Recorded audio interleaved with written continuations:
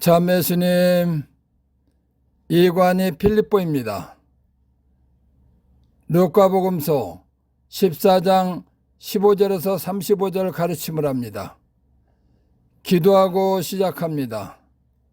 성부와 성자와 성령의 이름으로 아멘.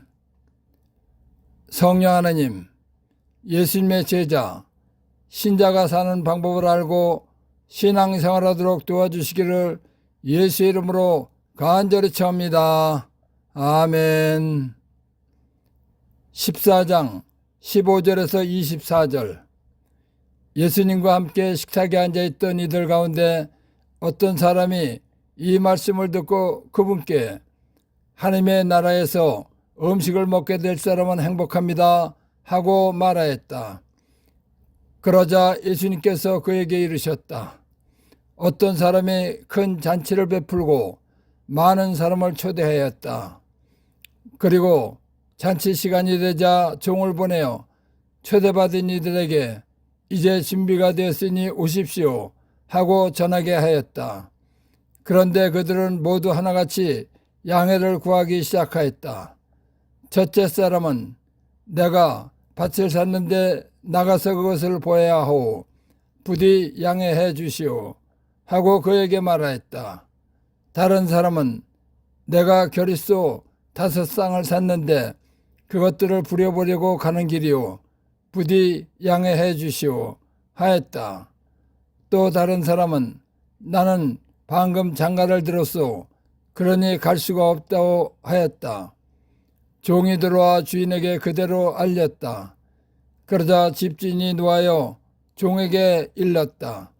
어서 고을의 한 길과 골목으로 나가 가난한 이들과 장애인들과 눈먼 이들과 다리 저는 이들을 이리로 데려오너라.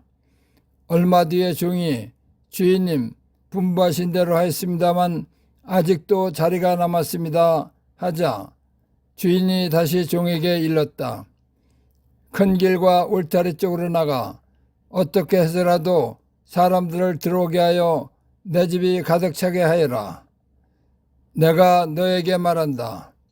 처음에 초대받았던 그 이스라엘 사람들 가운데에서는 아무도 내 잔치 음식을 맛보지 못할 것이다.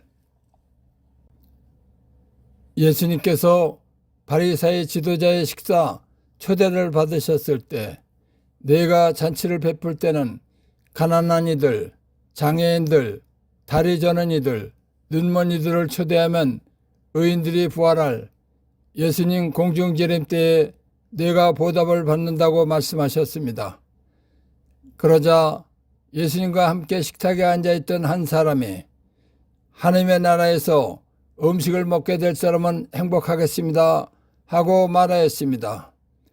예수님께 하나님의 나라에서 음식을 먹게 될 사람은 행복하겠습니다 라고 질문한 사람은 하늘나라가 있다는 것을 믿는 사람입니다. 그리고 하늘나라에 가고 싶어 하는 사람입니다. 바리새의 말을 들으신 예수님께서는 구원받고 하늘나라에 들어가는 것을 혼인잔치에 초대받은 사람의 비유로 말씀해 주셨습니다. 예수님께서 구원받고 하늘나라에 들어가는 것을 혼인잔치에 초대받은 사람의 비유로 말씀해 주신 뜻을 설명하겠습니다. 창세기 3장 15절. 나는 너와 그 여자 사이에 내 후손과 그 여자의 후손 사이에 적개심을 일으키리니 여자의 후손은 너의 머리에 상처를 입히고 너는 그의 발꿈치에 상처를 입히리라. 아담이 원죄를 짓고 지옥에 가게 되자 자비로우시고 사랑이신 하나님께서 지옥에 가지 않게 하시려고 구원 계획을 세우신 말씀입니다. 신명기 18장 18절에서 19절.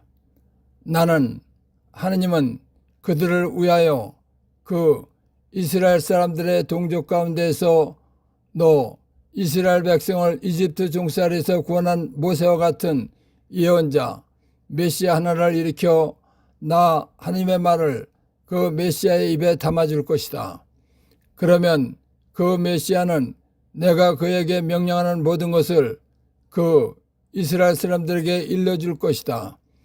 그 메시아가 내 하나님의 이름으로 이르는 말을 듣지 않는 사람은 내가 직접 추궁 심판할 것이다.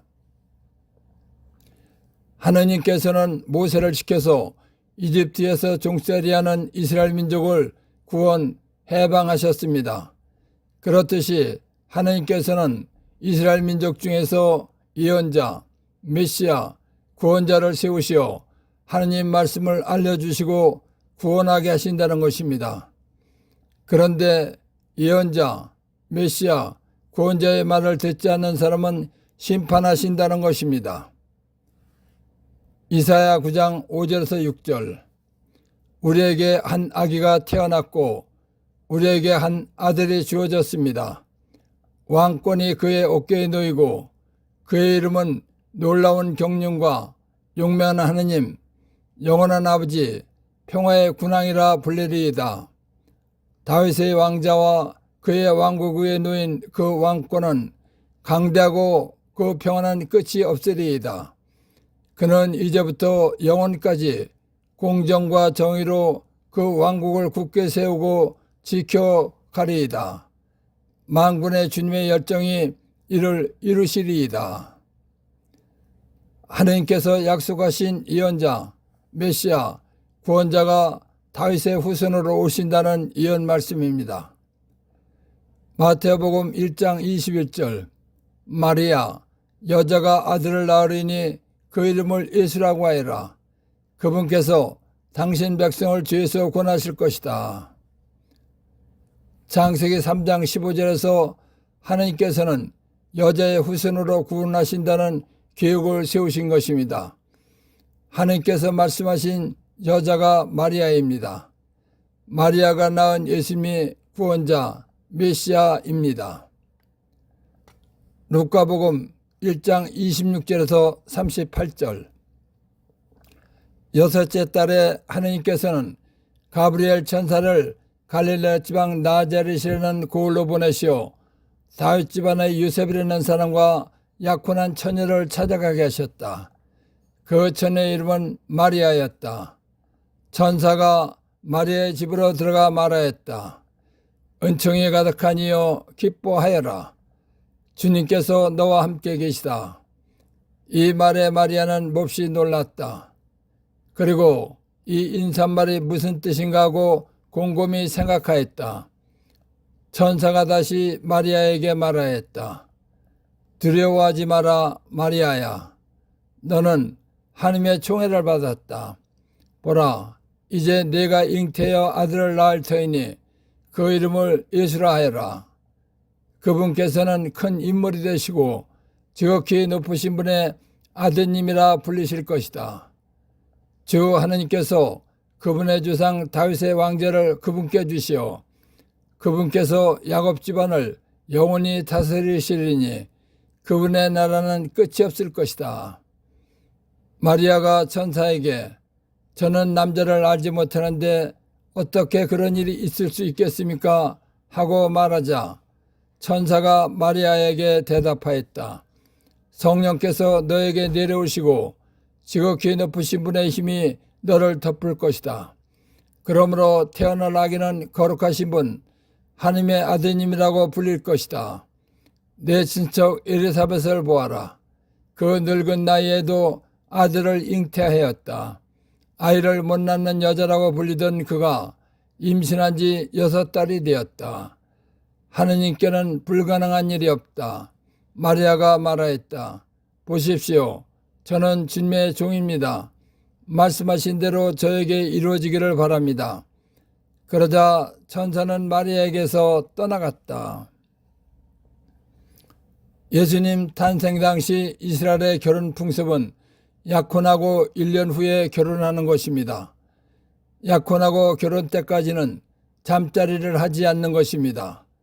그래서 천사가 보라, 이제 내가 잉태하여 아들을 낳을 테니 그 이름을 예수라 하여라 라고 말했을 때 저는 남자를 알지 못하는데 어떻게 그런 일이 있을 수 있겠습니까? 하고 말한 것입니다.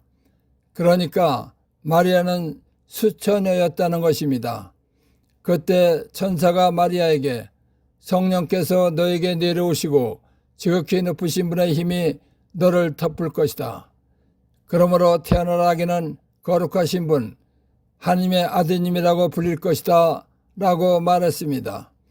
그러면서 천사는 마리아가 자기의 말을 믿도록 내 친척 엘리사벳을 보아라. 그 늙은 나이에도 아들을 잉태하였다. 아이를 못 낳는 여자라고 불리던 그가 임신한 지 6달이 되었다 라는 말을 했습니다. 엘리사벳이 늙은 나이에 아기를 잉태했다는 것을 아는 마리아가 천사의 말을 곰곰이 생각하고 있을 때 천사가 또 하나님께서는 불가능이 없다 라고 말했습니다. 다른 말로 하면 하나님께서 하시는 일은 안 되는 것이 없다. 무엇이든지 다 된다는 말을 한 것입니다. 그러자 믿음이 좋은 마리아가 보십시오.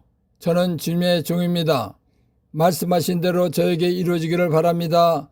라고 하나님의 뜻을 받아들여서 예수님을 잉태하신 것입니다. 마리아가 예수님을 잉태한 것은 남자와 관계로 된 것이 아닙니다. 여자 마리아가 하나님의 뜻을 받아들여서 잉태한 것입니다.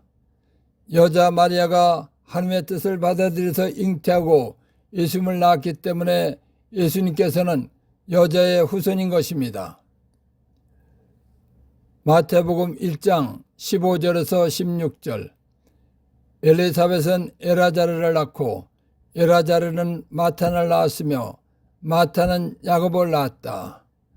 야곱은 마리아의 남편 요셉을 낳았는데 마리아에게서 그리스도라고 불리는 예수님께서 태어나셨다. 예수님 족보를 보면 모든 사람은 남자의 후손입니다. 남자의 후손이라는 것은 씨를 말하는 것입니다. 그래서 족보에 남자의 이름이 나오는 것입니다. 마태복음서 예수님 족보를 보면 15절까지 남자의 후손으로 야곱의 아들 요셉까지 나옵니다. 그러고는 16절에 여자인 마리아에게서 그리스도라고 불리는 예수님께서 태어나셨다라고 했습니다. 이 부분이 무슨 말씀인가를 잘 알아야 합니다. 여자 마리아에게서 예수님이 태어나셨다는 것은 족보로 보았을 때 예수님은 여자의 후손이라는 것입니다. 예수님이 여자의 후손이라는 것은 창세기 3장 15절 말씀대로 뱀과 마귀와 싸워서 이길 메시아, 구원자라는 것입니다. 여자 마리아가 하나님의 힘으로 아기를 잉태하고 낳았다는 것은 하나님께서 구원 계획을 실천하기 시작하셨다는 것입니다. 이사야 53장 6절에서 12절. 우리는 모두 양떼처럼 길을 잃고 저마다 제 길을 따라갔지만 주님께서는 우리 모두의 죄악이 그에게 떨어지게 하셨다. 학대받고 천대받았지만 그는 자기 입을 열지 않았다. 도살장에 끌려가는 어린 양처럼 털 깎는 사람 앞에 잠자코 서 있는 어미 양처럼 그는 자기 입을 열지 않았다. 그가 구속되어 판결을 받고 제거되었지만 누가 그의 운명에 대하여 생각해 보았던가.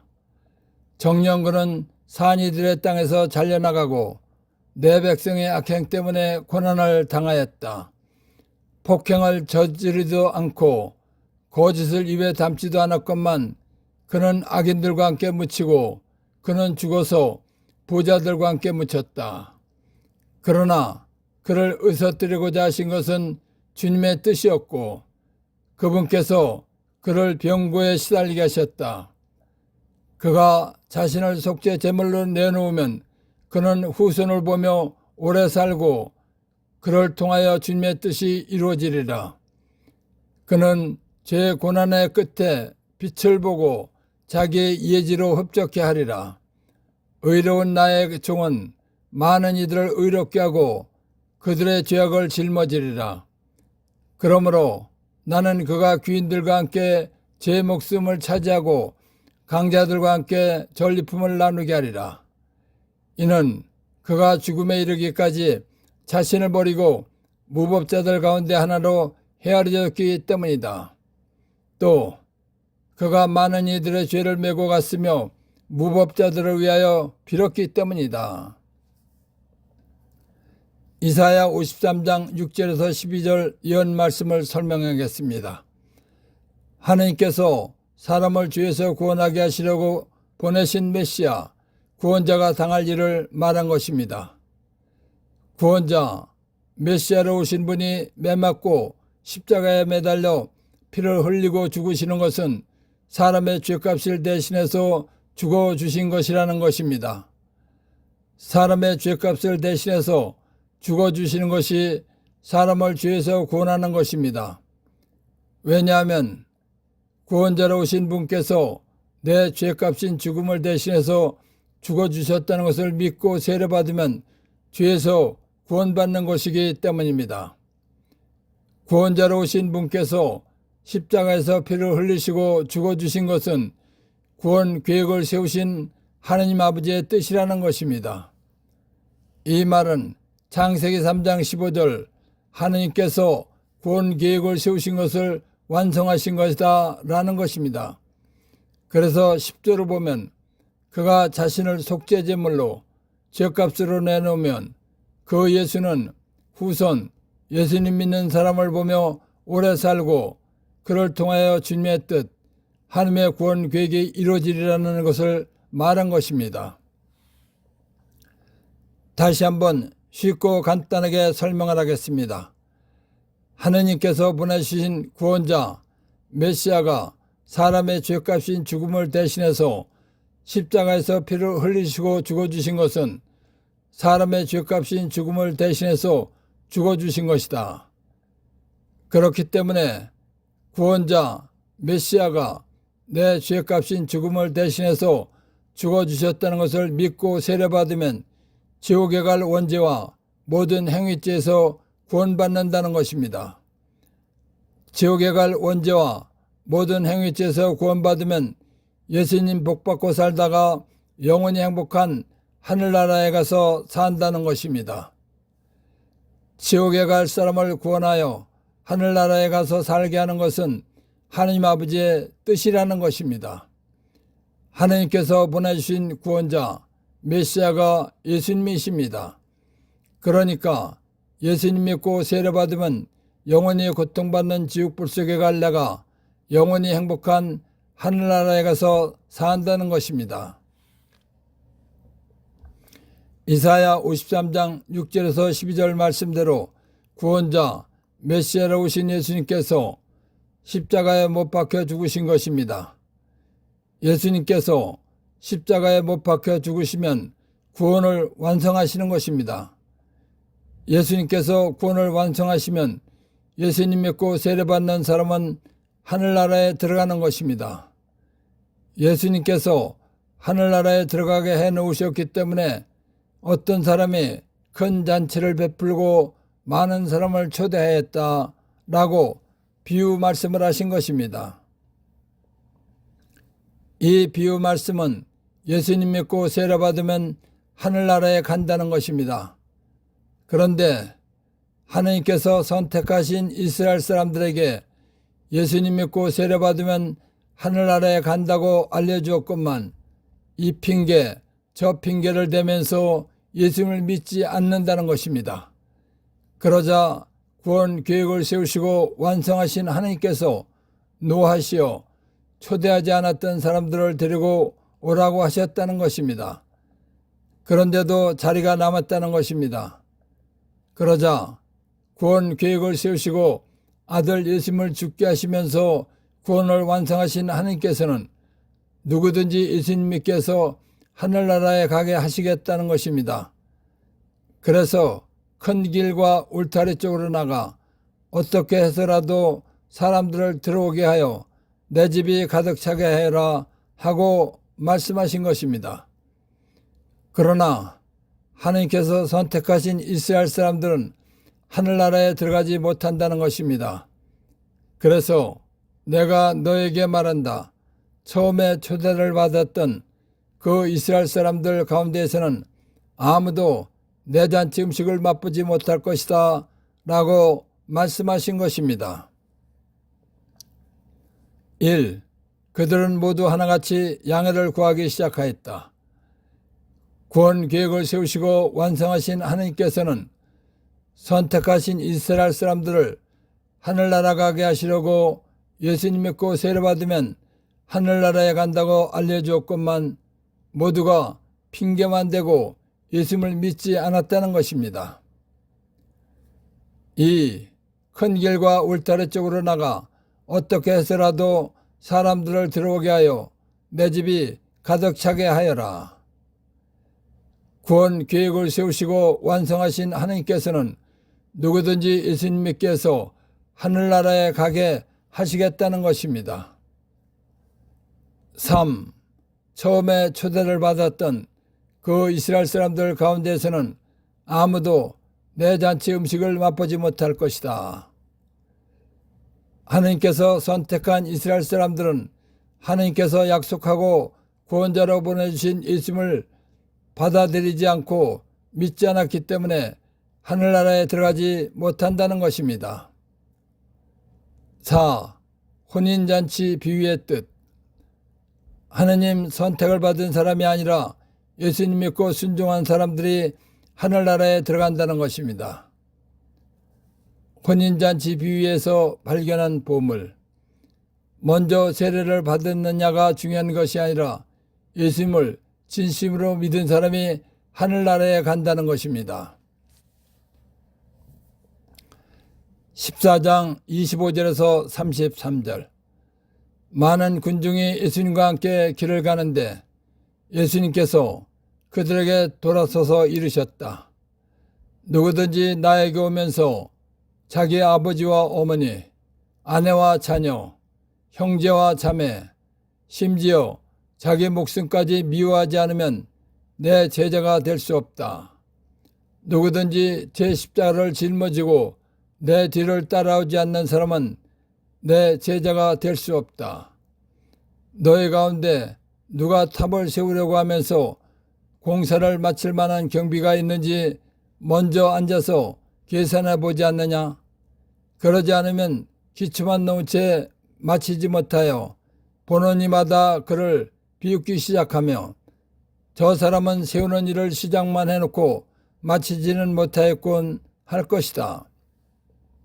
또 어떤 임금이 다른 임금과 싸우러 가려면 2만 명을 거느리고 자기에게 오는 그를 10,000명으로 맞설 수 있는지 먼저 앉아서 헤아려 보지 않겠느냐?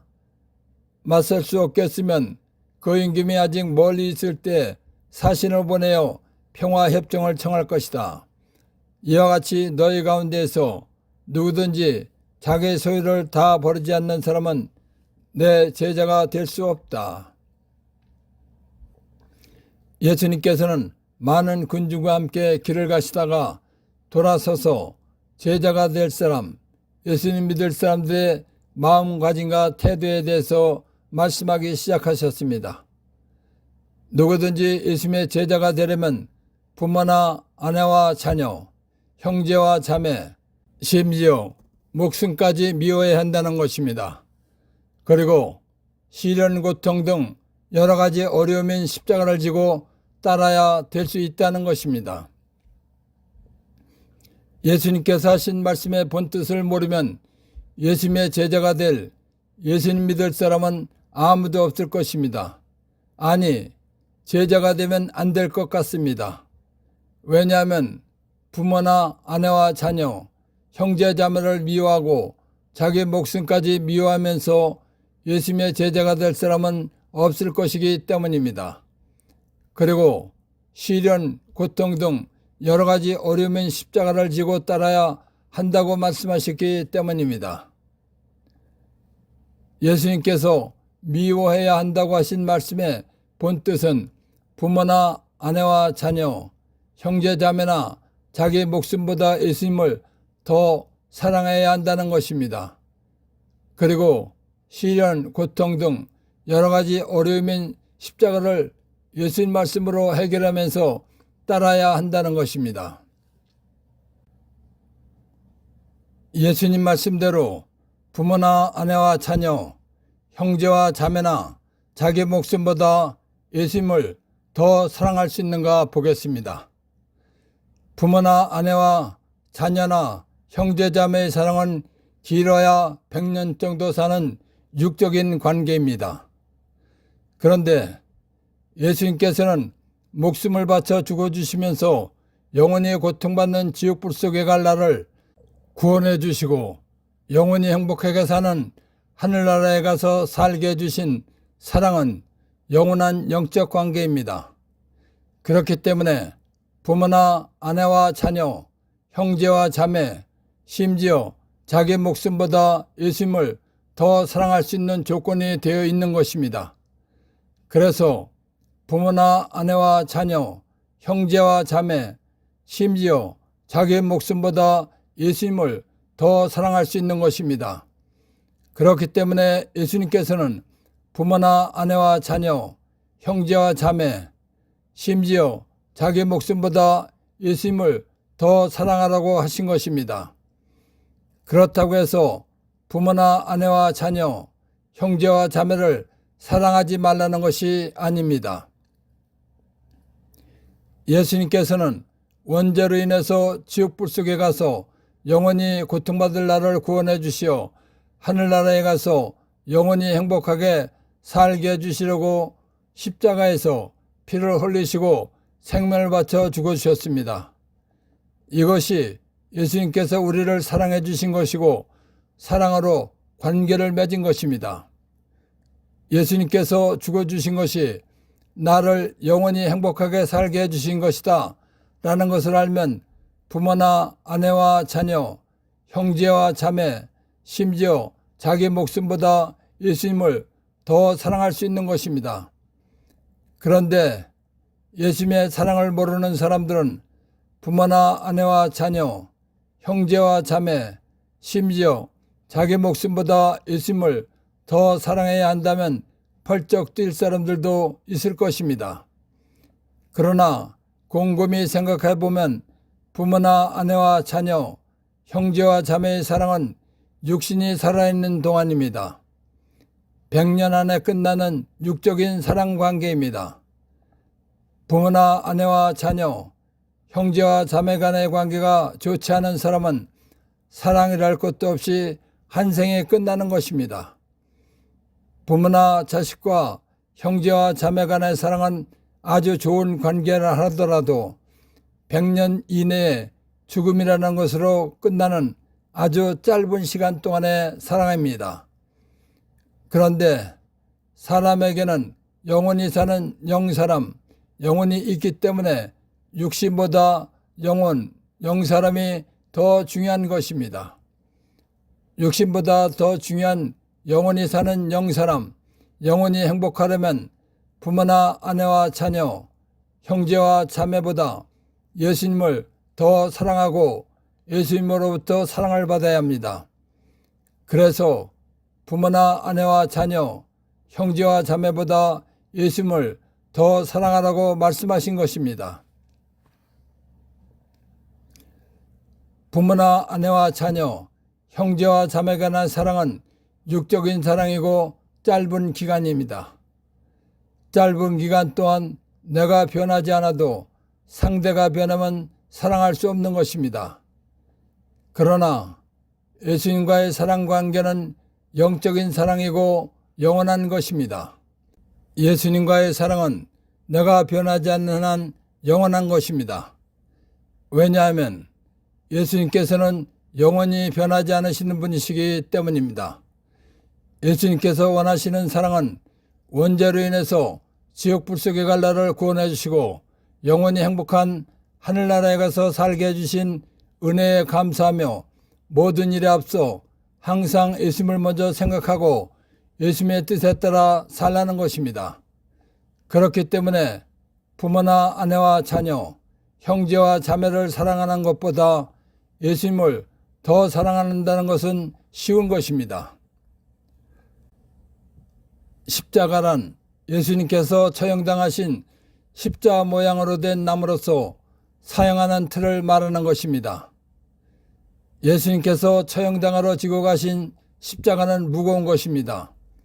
그래서 3번씩이나 쓰러지신 것입니다. 예수님께서 우리에게 자기의 십자가를 지고 예수님을 따르러 가신 것은 예수님이 지셨던 무거운 나무 십자가를 말씀하신 것이 아닙니다. 사람이 살아가는데 다가오는 크고 작은 모든 문제들을 십자가라고 말씀하신 것입니다. 사람이 살다 보면 여러 가지 어려운 문제들이 다가오게 되어 있습니다. 예수님께서는 여러 가지 어려운 문제들이 다가올 때 피하지 말고 예수님 말씀 안에서 해결받으려고 노력하면서 해결받고 살라는 것입니다. 본인에게 다가오는 모든 문제를 예수님 말씀 안에서 해결받는 것이 자기의 십자가를 지고 예수님을 따르는 것입니다. 예수님께서는 본인의 문제를 예수님 말씀 안에서 해결받으려고 노력하면서 해결받는 사람이라야 예수님을 믿고 따르는 제자로서 자격이 있다는 것입니다. 예수님께서는 예수님의 제자가 되고 예수님 믿고 싶다면 확실하게 계산해보고 결정하라는 것입니다. 그래서 탑을 세우는 비유 말씀을 하신 것입니다. 즉, 탑을 세우려면 공사를 마칠 만한 경비가 있는지 먼저 앉아서 계산해보지 않겠느냐는 것입니다. 만약 계산도 해보지 않고 탑을 세우는 공사를 시작했다가 돈이 모자라면 기초만 놓은 채 마치지 못한다는 것입니다. 그러면 보는 사람마다 저 사람은 세우는 일을 시작만 해놓고 마치지는 못하였군 하면서 비웃는다는 것입니다. 그러니까 제자가 되고 예수님 믿고 싶은 사람은 끝까지 믿을 각오를 하고 믿으라는 것입니다. 예수님께서는 또 예수님의 제자가 되고 예수님 믿고 싶다면 확실하게 계산해보고 믿으라는 것입니다. 그래서 어떤 임금이 다른 임금과 싸우러 가는 것을 비유 말씀을 하신 것입니다. 2만 명을 거느리고 자기에게 오는 임금을 10,000명으로 맞설 수 있는지 싸워서 이길 만한지 먼저 앉아서 헤아려 보지 않겠느냐는 것입니다. 싸워서 이길 수 없다면 그 임금이 아직 멀리 있을 때 사신을 보내어 평화협정을 청해야 한다는 것입니다.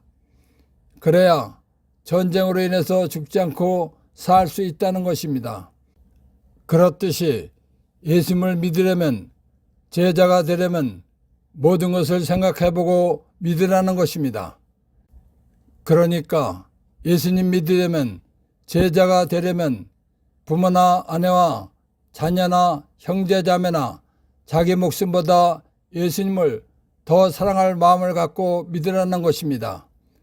그래야 죽을 때까지 제자로서 믿는 사람으로서 충실하게 믿을 수 있다는 것입니다. 그래서 이와 같이 너희 가운데에서 누구든지 자기 소유를 다 버리지 않는 사람은 내 제자가 될 수, 믿는 사람이 될 수 없다라고 말씀하신 것입니다. 1. 심지어 자기 목숨까지 미워하지 않으면 내 제자가 될 수 없다. 예수님께서 하신 말씀의 본뜻은 부모나 아내와 자식, 형제와 자매, 심지어 자기 목숨보다 예수님을 더 사랑해야 제자가 될 수 있다는 것입니다. 2.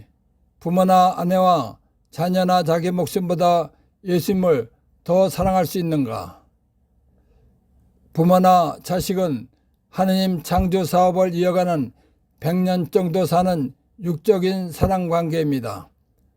그런데 예수님께서는 목숨을 바쳐 죽어주시면서 지옥 불속에 갈 나를 구원해 주시고 영원히 행복하게 살게 해주신 영적인 사랑 관계이기 때문에 할 수 있는 것입니다.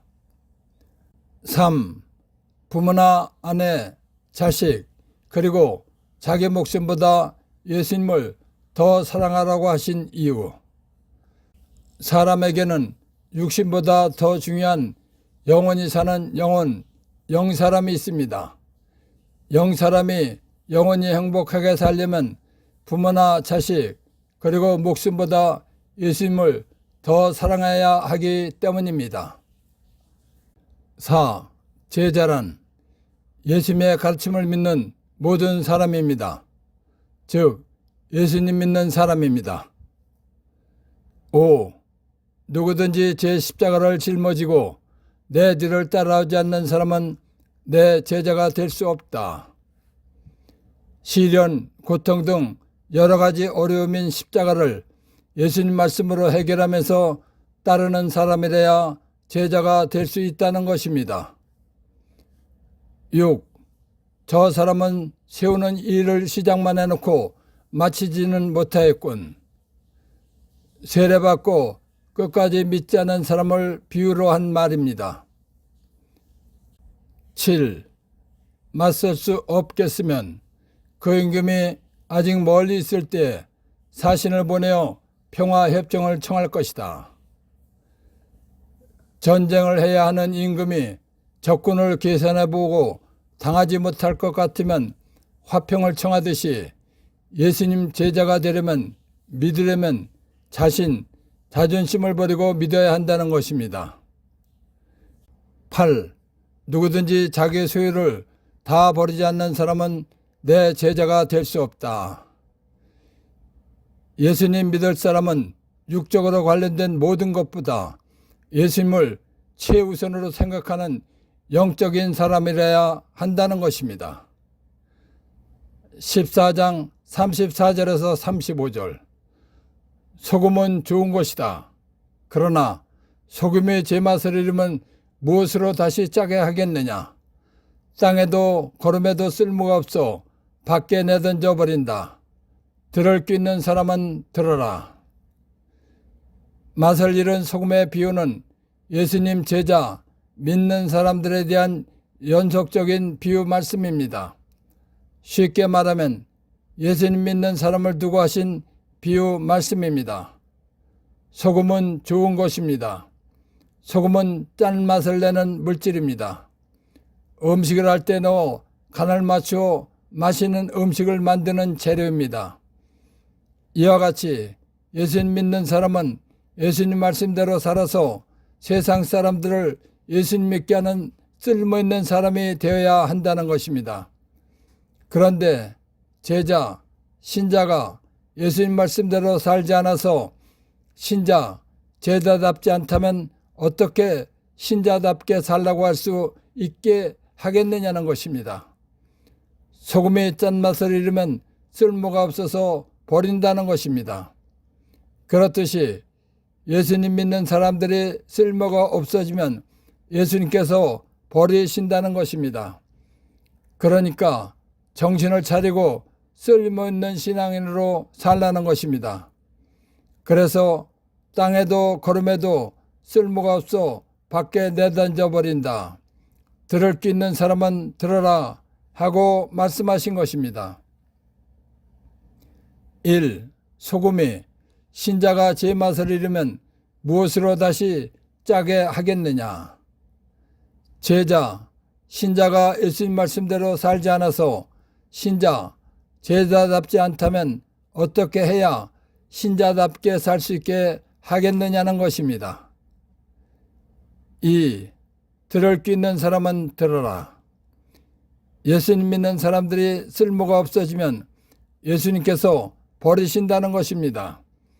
그러니까 정신 차리고 쓸모있는 신앙인으로 살라는 것입니다.